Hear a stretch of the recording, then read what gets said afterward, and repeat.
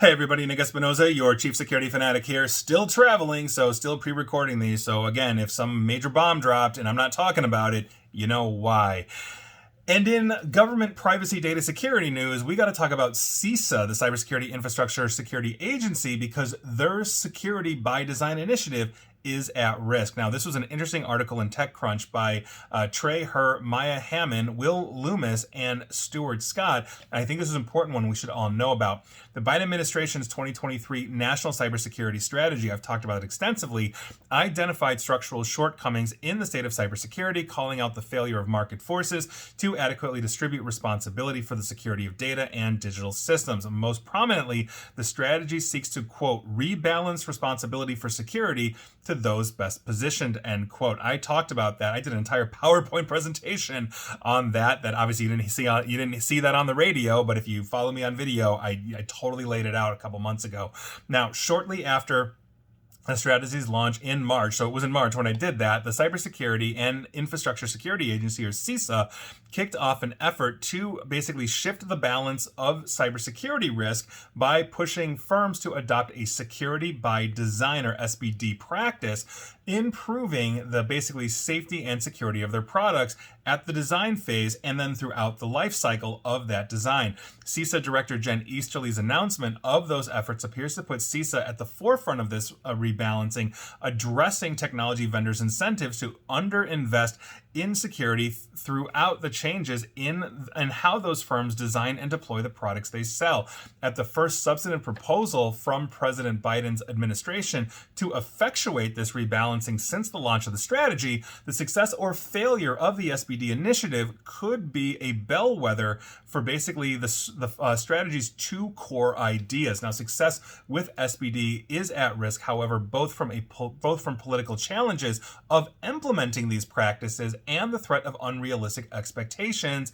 And there you go. This article, the one I've been paraphrasing very heavily, if not downright quoting from those people, from those authors, is essentially highlighting this forward. Now, the politics of an SBD, or a security by design implementation, which implicitly requires a capacity to compel change in vendor practices, is essentially a huge issue for the CISA because they're not a regulator. It's one of the fastest growing agencies in the United States because everybody's hacking everybody right now, but they're not an actual regulator. In time, it could become one, but current and past leadership insist that such responsibilities would be at odds with the culture of the agency and its operational responsibilities. The agency's ability to support, build capacity, train, coordinate, and plan together with state, local, tribal, and territorial entities, as well as industry stakeholders, is rooted in its disposition as a trusted partner, and basically its neutrality is at the core of that. This means that CISA should be working, according to the authors of this, and I totally agree, with one of the several federal agencies working to implement SBD with cooperation from regulators like the FTC, or Federal Trade Commission, which basically is the hammer of Thor financially in this country. They're the ones that drop the hammer. They're the regulators. SEC would be another one, but that's basically something that essentially would balance out CISA, as they are neutral, open, and just trying to work with you. Otherwise, the SBD initiative could place CISA in a bind, trying to fix entrenched market incentive problems without the ability to compel companies to act differently. And I think the authors are 100% right. That is exactly what we are talking about here.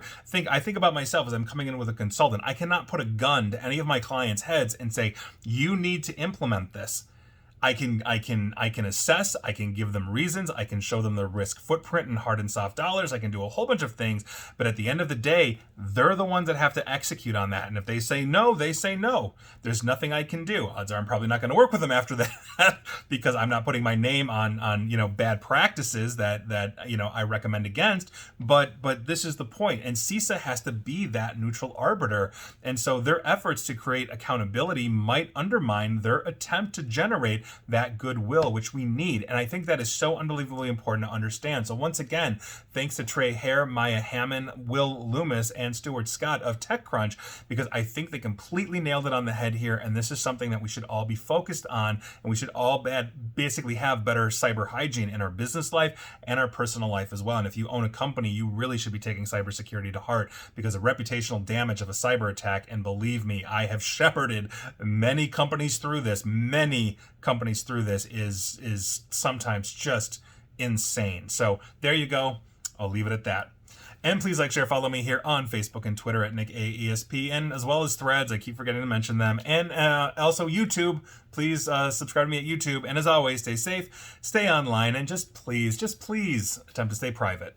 Thanks, everybody.